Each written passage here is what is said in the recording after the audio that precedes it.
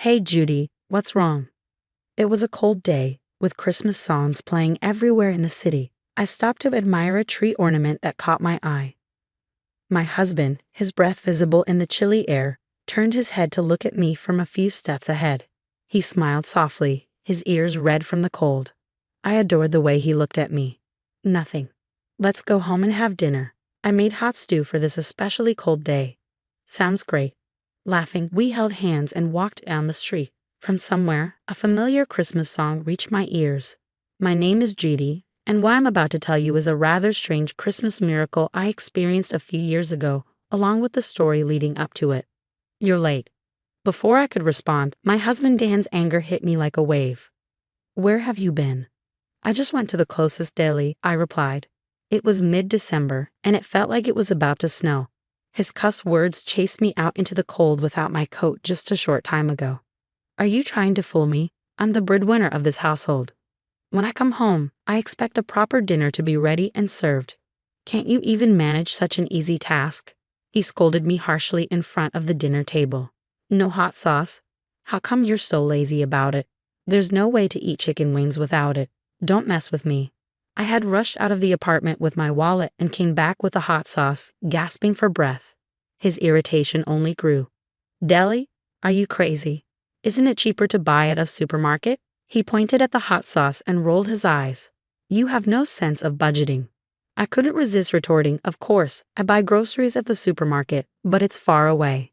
I told you earlier, I forgot to buy it today. Anyway, you get upset if the food gets cold. That's why I went to the closest shop. I did forget to add it to my shopping list and had run out.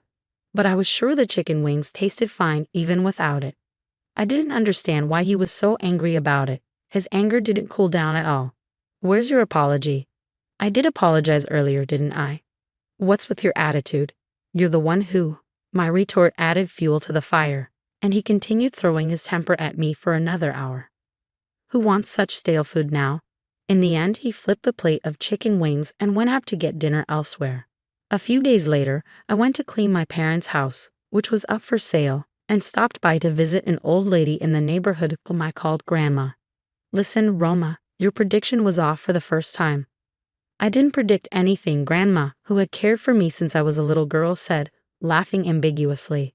No way. Everything you predicted since I was a kid came true. If they weren't predictions, then prophecies, I said with a wry smile.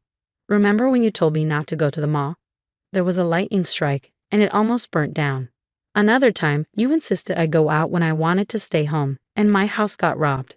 If I had been home, I would have faced the robber for sure. I still got chills remembering it. The robber was caught later with a knife in his pocket. What if I had been home that day? Grandma's predictions often came true, like she was a real prophet. Hey, Grandma. Yes. Even though she said it was all in my mind or just a coincidence, she listened when my voice became serious. I don't think I would have been prepared for my mom's illness if you hadn't told me. She was my only family, and you gave her peace of mind by telling her I'd be blessed with something special one Christmas not far away. My mom was relieved to know I'd have a bright future before she left me. She told me about it in her hospital bed, and it was a ray of hope for her. Seeing her content about it was a sign of her love for me. That's why when Dan proposed to me on Christmas Day, I thought it was just as you predicted. I met him through a mutual friend. He seemed like a humble and gentle guy back then.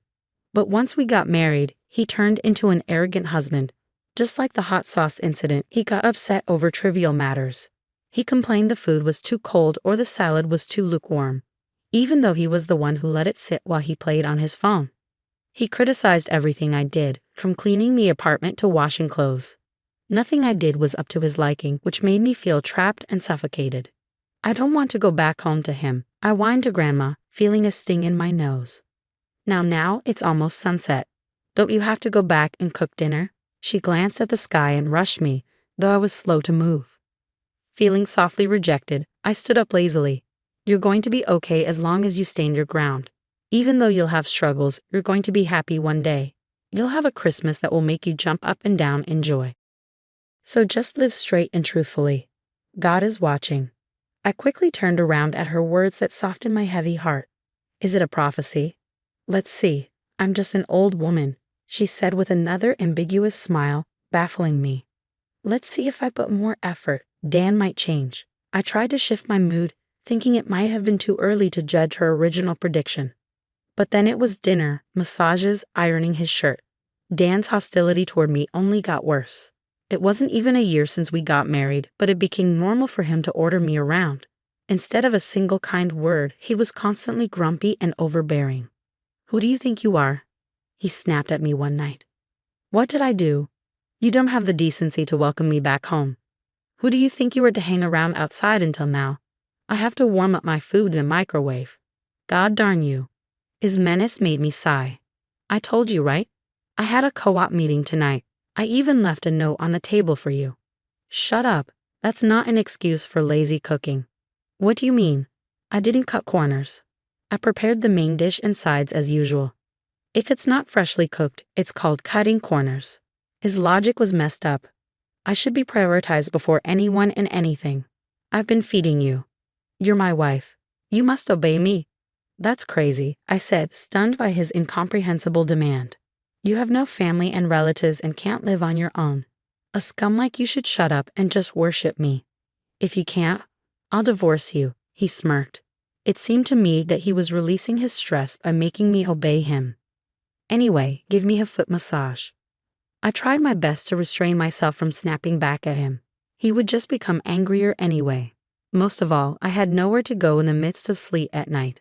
So I sat down on the floor to give him the massage. My life continued like this until one day, I fainted from excruciating pain in the middle of grocery shopping and was taken to the hospital by ambulance. "I don't understand," I murmured, my mind going blank as my doctor explained my condition. "This virus is transmitted by sexual intercourse. I had your husband tested as well, and both of you have it. You didn't realize it because there were no symptoms. As far as I can tell, you need surgery. I'm very sorry to say this, but I think the chance of conceiving in the future seems extremely unlikely." Dan followed the doctor hurriedly as he left. "I can't have a baby," I repeated to myself. As I absorbed the news, my blank mind slowly filled with darkness. I needed to know more. I tried to follow my doctor and Dan on wobbly legs. "Wait, doctor, Dan." But I froze when I heard their conversation. "So must everyone out there get tested?" "Exactly. They must be treated all at once. Otherwise, there's no point. It keeps coming back to you. Would they know what the test is for?" "Of course," my doctor replied, growing irritated. Listening with despair, I realized the bottom line. Dan had at least 3 girlfriends and was still seeing them. I complained to a picture of my mom in an empty room. I had hoped, even though he's not a good husband now, he might change once we have a baby. I kept Grandma's words about eventual happiness like a good luck charm. But I guess I was wrong. In fact, Dan seemed to only care about his own health. He was diligent about his condition but never showed any concern for me. Having lost my parents, I had a strong longing to have my own baby. I hoped for a happy family with a husband, children, and me. Tears rained down on the picture of my mom in my hands. "Mom," I sobbed, covering my mouth with my fingers. Suddenly, Dan appeared. "What are you wasting your time for? You haven't prepared dinner yet. Here are the divorce papers. This is your punishment for neglecting your master and making a fuss." He noisily entered the room and threw the papers at my head as I sat down. "You are irritatingly depressing. I'm ready to divorce you anytime, no problem for me. You are the one who's going to be in trouble, right? Instead of slacking, do your duty if you don't want a divorce." "I'm not slacking." "Oh wait, there's one more punishment. I'm not giving you living expenses this month." He looked happy, smirking as he came closer. "I'm giving you a chance to reflect and change your attitude. Know your place. If you disobey me, a divorce." When he finished his tirade, he left the room looking refreshed. I stared at the divorce papers, feeling my emotions cool down. "Mom, I've decided." Wiping my tears from the picture frame, I spoke to my smiling mother. "Watch over me." I kept quiet and continued living with Dan for a while. He treated me like a servant and took out his fits of anger on me. I argued back occasionally but mostly passed the days in silence. One day, during another tantrum over cold stew and lukewarm salad, I sighed internally and decided to act on my plan. "If I don't obey you, you're getting a divorce, right?" "Right. If you don't want me to leave you, reflect on your stupidity," he sneered, leaning back in his chair. "You're a bit weak upstairs, aren't you?" "What the?" He fluttered his eyes in surprise at my reply. "What did you just say?" You repeat the same thing every time. Do you know what vocabulary is? You only utter the word divorce over and over. Your lack of vocabulary is quite sad. What the heck? Let's get a divorce. It's totally fine with me. I'll be a stranger to you, just as you wish. What the? Are you serious? I smiled and said my farewell. His mouth hung open, and he even forgot to get angry as usual. I've already moved all my necessary things out of here. If there's anything you don't need, just throw it away. Goodbye. I shuffled off the apron I had bought and left. When I got married, I folded the apron lightly, placed it gently in front of Dan, and put the house keys on top of it. I looked at him one last time, then left the house with my pre-packed suitcase. What the heck is going on? He yelled, snapping out of his confusion. I could care less. Yay, I'm free, I thought, pretending not to hear anything. With a refreshed feeling, I made my way lightly to my parents' house where I decided to live again. A year later, the divorce was finalized, yet Dan continued contacting me. You were sorry, weren't you? I'll take you back if you apologize. A wife should. His texts were relentless. But I turned off notifications and ignored them, something I'd never done during our marriage. After much persistence from him, I decided to have a final face-to-face meeting at his parents' house. Why have you been ignoring me? Dan asked sensibly, trying to behave in front of his parents. I've been texting you all this time, but you never replied once. Oh yeah, I turned off notifications from you. Why? It was too annoying. Me? Annoying? Yes, you. So what do you want to talk about? His face slowly turned red with anger as I answered in a deliberately annoyed manner. What's with your attitude in front of my parents? What the heck is wrong with you? He finally shouted louder, but then remembered where he was and uttered an apology that he had never made in our marriage. I thought to myself, wow, amazing. He knows how to apologize. I tried my best to resist the urge to make fun of it and prompted him onward. What do you need to talk to your ex-wife about? Hold on, why are you acting so strange? Aren't you struggling after the divorce? How are you living now? He sounded concerned, yet he never came to check on me even though he knew where I was. I didn't mind getting back together if that's what you want. Doesn't that make you happy? He asked. Not at all. I almost laughed at his overconfidence. It doesn't make me happy and doesn't help me in any way. I'm making enough income to support myself. Besides, the living expenses you gave me were only $500 a month. It wasn't enough for what we needed. I mean, you're the one struggling to manage without me, right? The cost I was covering for you is gone, and I'm much more comfortable being alone now. I don't understand the point of getting back together after being free. Puzzled by my casual attitude, he remained unsettled in front of his parents. Listen, Dan, stop acting like a kid who got caught doing mischief and calm down. There's no point in trying to make yourself look good. They know all your secrets. What secrets? I sighed and decided to reveal the truth. You're mistaken about me. I wasn't just a housewife. I told you that I used to live abroad because of my late father's work, right? I used the German I learned back then to translate at home. There were many materials on the bookshelves, you know. I didn't care for those. Those were materials and manuscripts before translation. You never touched them since you had no interest, right? Thanks to that, I was able to hide some equipment to record you. Wait. He was stunned by the word recording. It was his father who presented the evidence. See, all your secrets, like how you used to treat me, are out now. Your parents were in tears watching this and apologized to me. They are ashamed to have raised a son who treated me horribly. Well, being under the spotlight almost made him run for the hills, but his mother grabbed him and made him sit again. She signaled me with her eyes, and I pulled out the papers. These are copies of our divorce papers. There are parts marked with a red circle, which I pointed out to Dan. You know them, don't you? No way. It was understandable for him to be in shock. What I pointed to were the witness signatures, names of people he knew very well.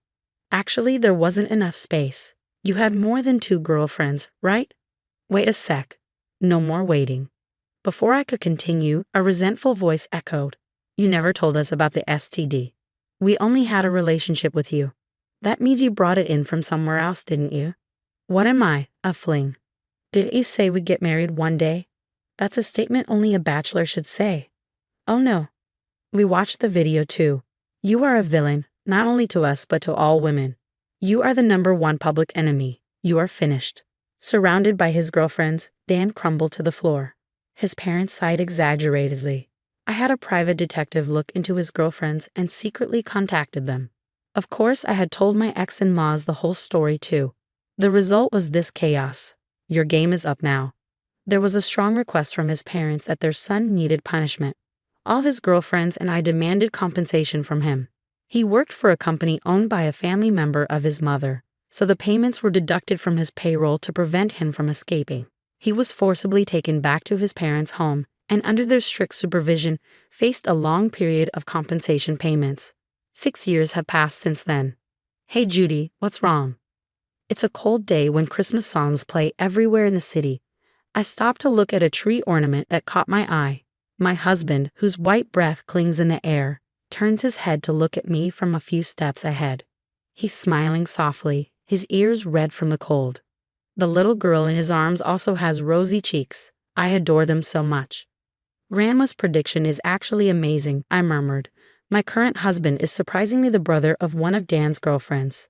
I hit it off with the girlfriends afterward and sometimes hang out with them. I met him by chance, and he gently soothed my depression. It's really a strange story. If it wasn't for what happened with Dan, I'm sure I wouldn't have met my current husband. So that's what Grandma meant when she said I'd struggle but be happy, I mused. Once again, I was amazed by Grandma's prediction. Moreover, after we got married, I got pregnant, which was said to be extremely unlikely. I remember getting sick on Christmas Day and being rushed to the emergency room, where the doctor indicated I was pregnant. I was literally jumping up and down with my husband, and the annoyed nurse scolded us to keep calm and rest. It was a true Christmas miracle. This time of year makes me reflect deeply. I've been hurt a lot by Dan, but now I'm so happy. Mommy, I came out of my thoughts when my daughter left my husband's arms and clung to me in her fuzzy coat. Nothing. Let's go home and have dinner. It's hot stew for an especially cold day. I've already prepared it. Sounds great, yay. Laughing, we held hands and walked down the street. From somewhere, a familiar Christmas song reached my ears.